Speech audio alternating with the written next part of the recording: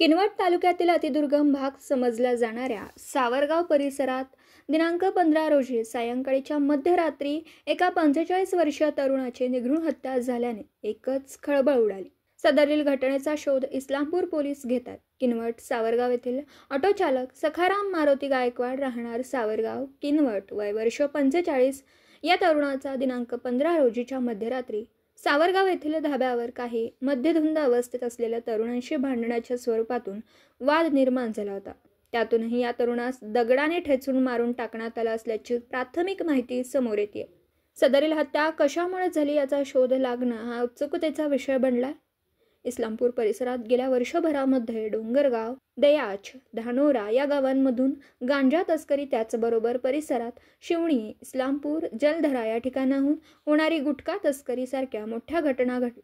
त्यातच 5 नांदेड पोलिसांनी सुद्धा डोंगरगाव परिसरात मोठ्या प्रमाणात गांजाची कार्यवाही केली. या कारवाईकडे संपूर्ण जिल्ह्याचं लक्ष लागलंय.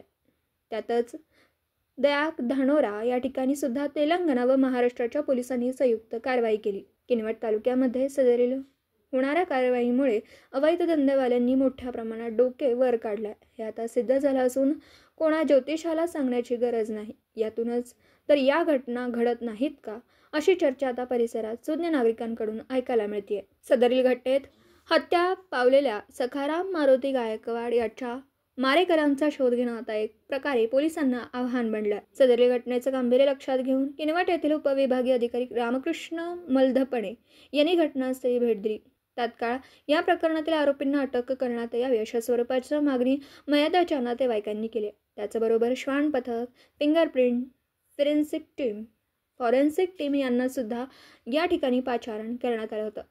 फॉरेन्सिक टीमचे प्रमुख उद्धव पवार, श्वान पथक टीमचे देवगुंडे, बिसेवार व रुंजे यांनी घटनास्थळी भेट दिली. सदरील हत्या झालेल्या घटनास्थळाच्या ठिकाणी पोलिसांनी मयताचा मोबाईल, कागदपत्रे व इत्यादी वस्तू जप्त केल्या. नांदेड जिल्ह्याचे पोलीस महानिरीक्षक गुन्हेगाराचे कर्दनकाची शहाजी उमाप यांनी या प्रकरणाकडे लक्ष वेधावे अशा स्वरूपाची मागणी या निमित्ताने पुढे येते. सदरील मयताचा मृतदेह शवविच्छेदन करण्यासाठी इस्लामपूर येथील प्राथमिक आरोग्य केंद्रात नेण्यात आला असून वृत्तलिहीपर्यंत कुठल्याही प्रकारचा गुन्हा पोलिसात नोंद झाला नव्हता. सदरील घटनेचा तपास येथील सहाय्यक पोलीस निरीक्षक उमेश भोसले हे करीत आहेत.